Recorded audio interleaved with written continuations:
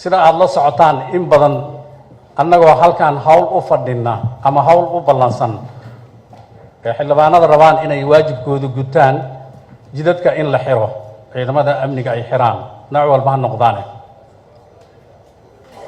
kadibna xildhibaanada meeshaasi dhibaato ay ka soo gaarto ama qaarkood ay ku sigtaanba inay khatar ku galaan marka ugu horeysa waxaan leenahay ciidamada amniga xildhibaanadu waxay wataan aqoonsi ayay wataan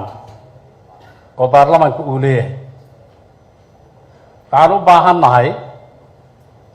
in ciidamada amniga oo jidadka jooga xildhibaanadan waxay leeyihiin xasaanad ay leeyihiin sharafkooda iyo karaamadooda la ilaaliyaa madaxda taliyaasha ciidamada ha noqdaan kuwa booliiska militariga nabad sugidda dhammaan ciidamada amniga waa inay u istaagaan inay ku wacyigeliyaan una sheegaan ciidamada dhammaan ciidamada qalabka sida inay ilaaliyaan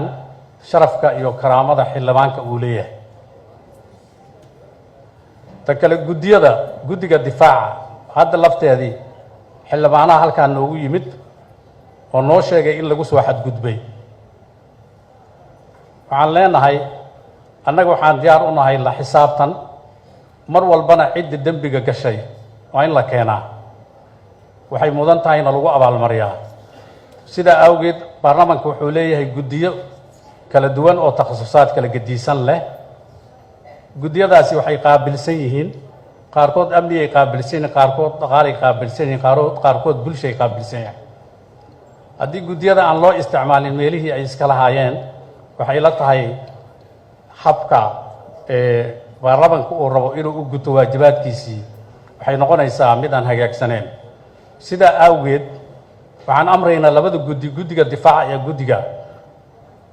amniga inay u istaagaan xildhibaanada hadda sheegtay in jidka loo istaagay oo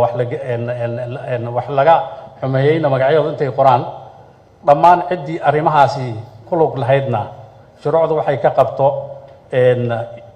idinku ka shaqaysaan hawsha aad qabataan waqti lama siin waxaan siinaynaa ilaa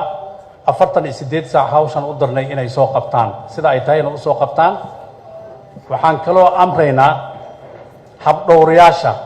habdhowrayaasha amniga xildhibaanada idinkaa ka mas-uula idinkuna hawshaasi wixii idinkaga aadan idinkuna soo qabta